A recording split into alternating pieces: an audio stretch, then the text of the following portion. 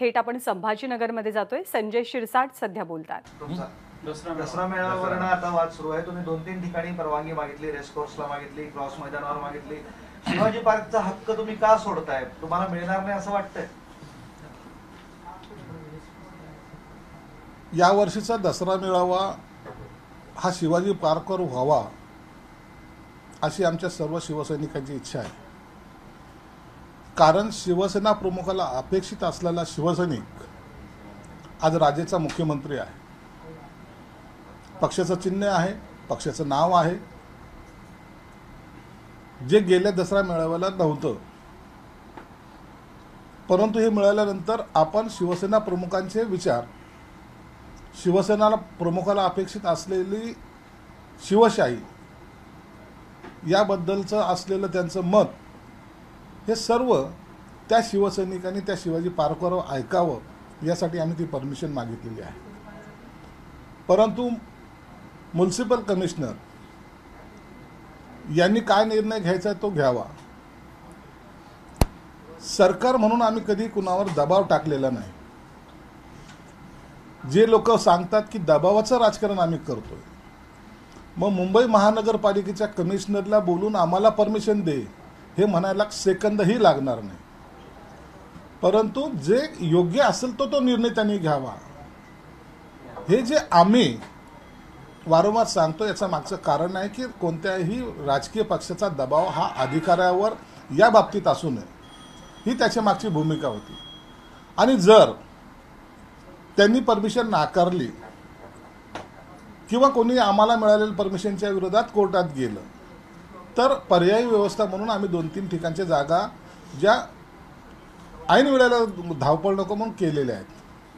परंतु एक निश्चित आहे, शिवसेना प्रमुखांचे विचार मांडण्यासाठी शिवसेना प्रमुखाची शिवशाही याचा असलेल्या त्या दिवसाचं महत्त्व हे आम्ही कायम राखणार आहोत.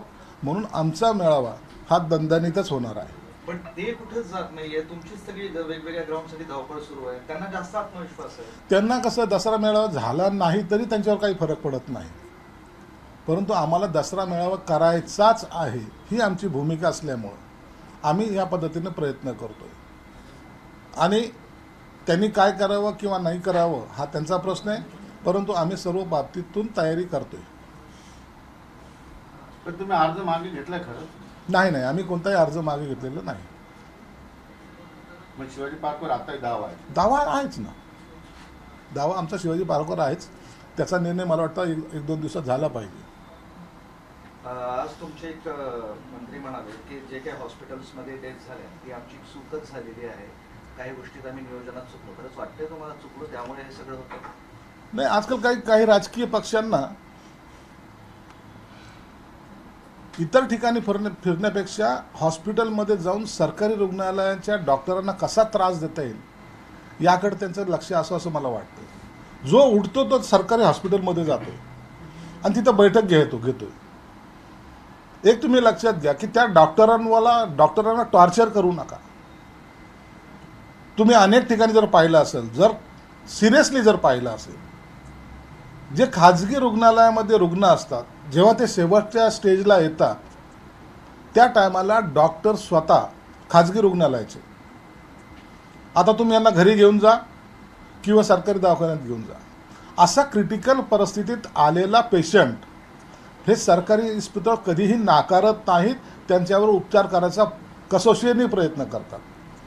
मग अशा वेळेला जे काही डेथ होतात त्याचा आकडा आपल्याला वाढताना दिसतो. निश्चित काही कमतरता हॉस्पिटलमध्ये आहे, मी नाही म्हणणार नाही.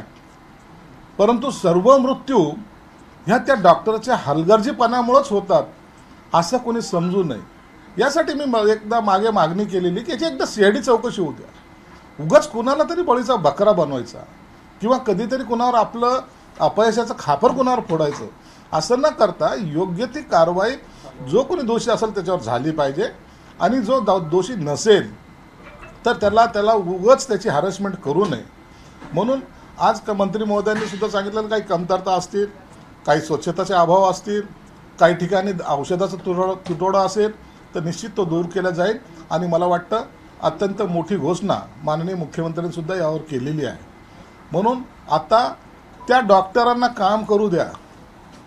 विरोधी पक्षाच्या लोकांना मी तेच सांगतोय, वारंवार त्या ठिकाणी जाऊन त्यांना त्यांच्या कामामध्ये हस्तक्षेप करण्यापेक्षा दुरून तुम्हाला काय स्टेटमेंट द्यायचं असेल तुमच्या कार्यालयातून, तुमच्या ऑफिसमधून किंवा तुमच्या कुठून द्यायचे ते द्या, परंतु वारंवार मिटिंग घेऊन त्या हॉस्पिटलच्या डॉक्टरांवर दबाव आणण्याचा प्रयत्न करू नका. तुम्ही डॉक्टरच्या हॅरेसमेंटचे बोलताय. आमदारांनी जे खासदारांनी जे काय केलं, तुमच्याच गटाचे टॉयलेट धुवायला लावलं आणि तुमच्याच सरकारने त्याच्यावर गुन्हा सुद्धा दाखल केलेला आहे. मग सगळी हा गुन्हा दाखल झाल्यामुळे सगळी आरोग्य यंत्रणा बिथरलेली आहे. डॉक्टर मी कधी आमच्या खासदारांनी केलेल्या कृतीचं कोणीही समर्थन केलेलं नाही, परंतु वस्तुस्थिती सुद्धा आम्ही नाकारत नाही. असलेली अस्वच्छता ही कधीही रुग्णाच्या जीवाशी निगडीत असते, म्हणून त्याच्याकडे लक्ष देण्याच्या हेतूनं एक इमोशनल त्यावेळेचा असलेला प्रकार तो झालेला आहे. निश्चित आम्ही त्याचं समर्थन कधीच करणार नाही, परंतु जो गुन्हेगार असेल त्याच्यावरच कारवाई झाली पाहिजे हे माझं स्पष्ट मत आहे. उगाच काही डॉक्टरांचा हलगर्जीपणा असेल, निश्चित त्यांच्यावर कारवाई करा, पण सर्वांना एका लाईनीमध्ये धरू नका, असं माझी त्याच्या मागची भूमिका आहे. सदा सरवणकर जे तुमचे नेते आहेत, त्यांनी दसरा मेळाव्याचा जो महापालिकेला दिलेला अर्ज होता तो अर्ज त्यांनी मागे घेतलेला आहे आणि क्रॉस आणि ओहोल मैदानावर ही सभा होणार असल्याचं दीपक केसरकरांनी स्पष्ट केलंय. शिवाजी पार्कवरती आता तुमचा दसरा मेळावा होणार नाही किंवा त्या संदर्भातला तुमचा दावा राहिलेला नाही. शिंदे साहेबांनी जर काही भूमिका घेतली असेल निश्चितच, तर त्याबद्दल मला कल्पना नाही, परंतु त्यांनी जर भूमिका घेतली असेल तर त्या ठिकाणी त्यांनी जिथं आयोजित केलेली त्या ठिकाणी दसरा मेळावा हा दणदणीत होणार आहे. आम्हाला शिवसैनिकांच्या दोघांमध्ये एकमेकाची डोके फोडायची नाही. काही लोकांचा हेतू जो आहे ना की मी तुमच्याशी भांडलं पाहिजे, कोण आहे तिथं जाणारा शिवसैनिक आहे, त्या शिवसैनिकावर मी दगड मारणं किंवा त्या शिवसैनिकांनी मला दगड मारणं हे शिवसेना प्रमुखाला अपेक्षित नाही. म्हणून शिवसैनिकामध्ये भांडण लावून हे जे बसलेले डोमकावळे आहेत ते त्याचा आनंद घेतील आणि आपल्यामध्ये कसं भांडणं लागतील याचा जे ते प्रयत्न करतात, त्याला कदाचित शिंदे साहेबांनी एक थोडी चपाकच म्हणावं लागेल ती देण्याचा प्रयत्न केलेला आहे. शिवसैनिकामध्ये भांडण नको. यशस्वी माघार आहे. नाही, त्यांची भूमिका अत्यंत स्पष्ट आहे. कधीही आम्ही शिवसैनिकांना दोष दिलेला नाही, दोष नेत्याला आहे. शिवसैनिकांनी आजही कष्टाने ती उभी केलेली संघटना आहे, म्हणून त्या शिवसैनिकावर कधीही आम्ही आरोप प्रत्यारोप करत नाही. लोकसभा निवडणुकीमध्ये शिंदे गटाचे लोक कोणत्या तिकिटावर लढणार, कोणत्या चिन्हावर लढणार याच्यावर बरीच चर्चा झाली आणि केसरकर म्हटले की कमळावर लढू किंवा शिवसेनेच्या याच्यावर लढू, आम्हाला याच्याशी काही घेणं देणं नाही, फक्त आम्हाला मोदींना निवडून आणायचं. याचा अर्थ काय घ्यायचा? त्याचा अर्थ तुम्ही चुकीचा घेताय. आम्हाला एक लक्षात घ्या, शिवसेना आम्ही जेवढ्या जागा लढवणार आहेत तेवढ्या जरी जिंकून आलो तरी आम्हाला इतरांसारखं स्वप्न पडत नाहीत. आम्हाला पंतप्रधानचे स्वप्न पडत नाहीत, आम्हाला मंत्रिपदाचे स्वप्न पडत नाहीत. आम्ही हा विचार करतो की देशाचं नेतृत्व नरेंद्र मोदी करतायत, म्हणून त्यांचे हात बळकट करण्यासाठी आपल्याला ही निवडणूक ऐन प्रकारे जिंकायची. म्हणून त्यांनी जो काही असा शब्द वापरला की चिन्ह कोणतं असो पण आम्हाला मोदींना निवडून आणायचं, तर याचा अर्थ असा होतो की ही आमची पूर्ण ताकद ही लोकसभेमध्ये सरकार स्थापन करण्यासाठी आहे. शिवसेना भाजपची युती मजबूत करण्याकडे आहे.